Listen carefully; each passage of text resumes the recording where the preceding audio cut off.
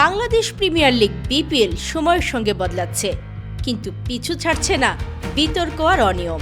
এবার একাদশ বিপিএল শুরু হচ্ছে নতুন ফ্র্যাঞ্চাইজি ও থিম সং নিয়ে, তবে পুরনো সমস্যাগুলো রয়েই গেছে।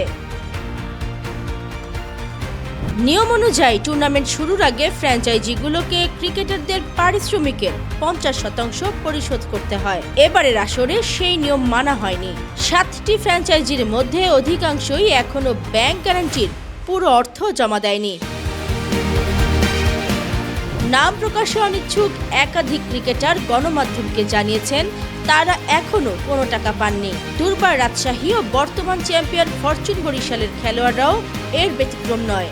বিসিবি সূত্রে জানা গেছে, ফরচুন বরিশাল একমাত্র দল যারা ব্যাংক গ্যারান্টি জমা দিয়েছে, কিন্তু অন্য ফ্র্যাঞ্চাইজিগুলোর অর্থনৈতিক অব্যবস্থাপনা বিসিবির জন্য বড় ঝুঁকি হয়ে দাঁড়িয়েছে।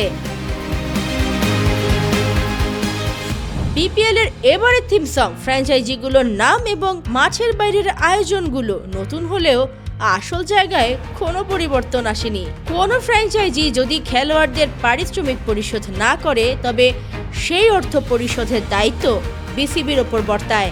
আগের দশম বিপিএল এর 2টি ফ্র্যাঞ্চাইজির বকেয়া টাকা মেটাতে হয়েছে বিসিবিকে। এবারও একই সংখ্যা দেখা দিয়েছে।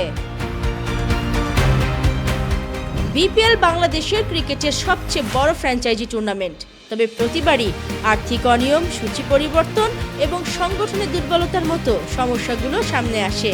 যতদিন এসব সমস্যার সমাধান না হবে, ততদিন নতুন বিপিএলও পুরনো সমস্যার জঞ্জাল থেকে মুক্তি পাবে না, এমনটাই মনে করছেন ক্রিকেট ভক্তরা।